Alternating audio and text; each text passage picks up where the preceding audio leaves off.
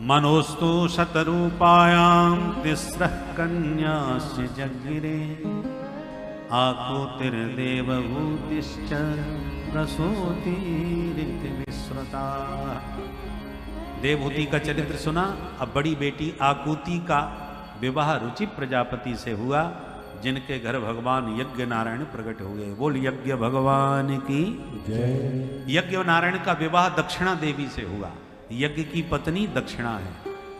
जैसे पत्नी के बिना कोई भी शुभ कर्म सफल नहीं होता सदगृहस्थ का, उसी प्रकार बिना दक्षिणा के यज्ञ भी कभी सफल नहीं होता, क्योंकि यज्ञ की धर्म पत्नी दक्षिणा देवी है।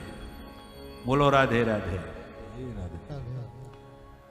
विधि ये कहती है कि यज्ञ संपन्न होती तत्काल आचार्य को दक्षिणा देनी चाहिए। दक्षिणा विहीन यज्ञ निष्फल हो जाता है। और एक दिन का भी विलंब हो जाए, कि जैसे आज यज्ञ संपन्न हुआ, पंडित जी फिर बाद में दे देंगे, तो दूसरे दिन दुगनी दक्षिणा देनी चाहिए।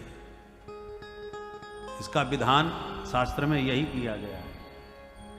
इसलिए अब षोडशोपचार हम लोग पूजा करते ना, पूजा कई प्रकार की होती है। पंचोपचार, दसोपचार, षोडशोपचार, राजोपचार, छोटी बड़ी मझोल सब प्रकार की पूजा होती है। तो ब्राह्मण यदि पूजन करते समय जब कहते हैं दक्षिणाम समर्पयामि, तो बहुत से लोग यजमान कहते हैं कि महाराज सब इकट्ठी बाद में दे देंगे, आप तो केवल पूजा फटाफट करवाओ। तो ऐसा कहने से तुमने जो पूजा किया है वो पूजन की विधि अपूर्ण रह जाएगी, पूरी नहीं हो पाएगी।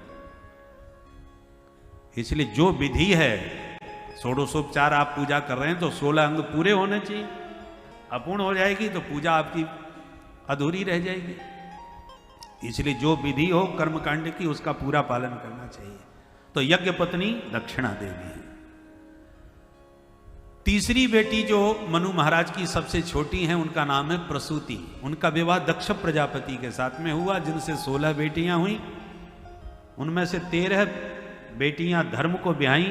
धर्म की मूर्ति नामक पत्नी के गर्भ से भगवान नर नारायण ऋषि प्रकट हुए, आज भी बद्रीनाथ में तप कर रहे हैं। और एक बेटी दक्ष की है सती, जो भगवान भोलेनाथ को ब्याही, पर इनके कोई संतान नहीं हुई। क्यों नहीं हुई?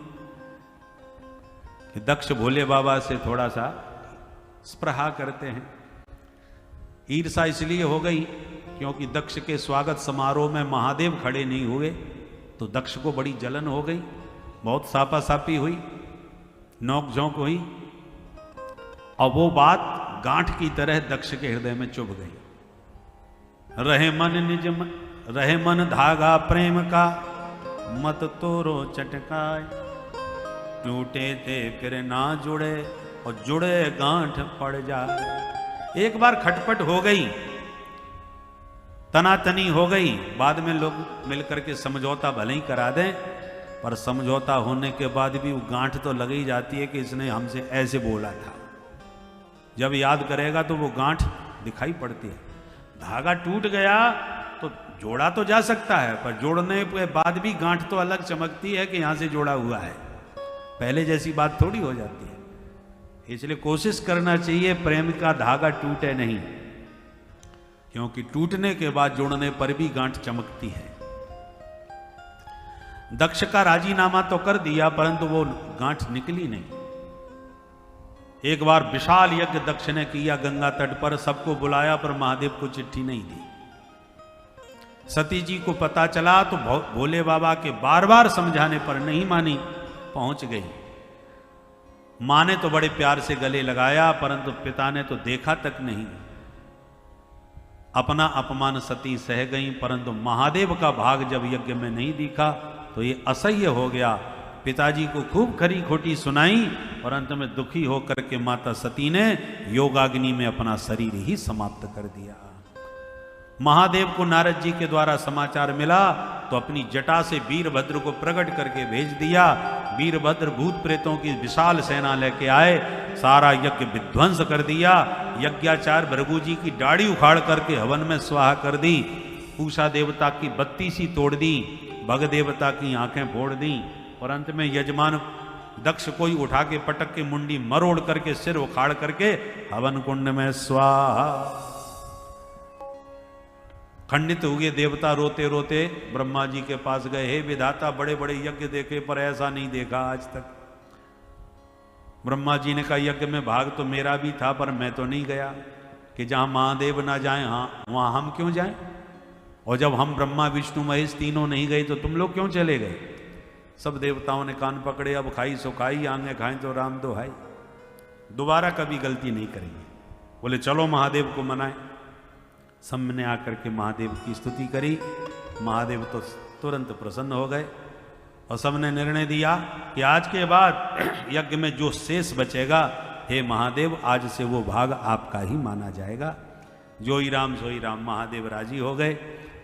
बुलाओ यजमान। बोले यजमान का धड़ तो धरा है, सिर सुहा हो चुका है। तब महादेव ने बकरे का सिर जोड़ करके अपने ससुर जी को जीवन दान दिया। बकरे की भाषा में ही भोले बाबा की स्तुति करने लगे प्रजापति दक्ष।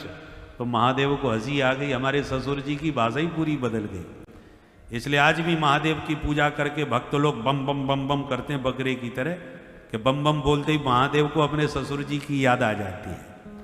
बोल शंकर भगवान की जय। इस प्रकार से माता सती ने जो शरीर त्यागा था वो अगले जन्म में हिमालय की बेटी पार्वती बन के प्रकट भई और बरों समुन्नतु रहो कुमारी का प्रण करते हुए तप किया। अंत में महादेव भूत प्रेतों की बारात लेके गए और धूमधाम से सती को पार्वती के रूप में पुनः प्राप्त कर लिया। और शंकर भगवान की जय। ये तो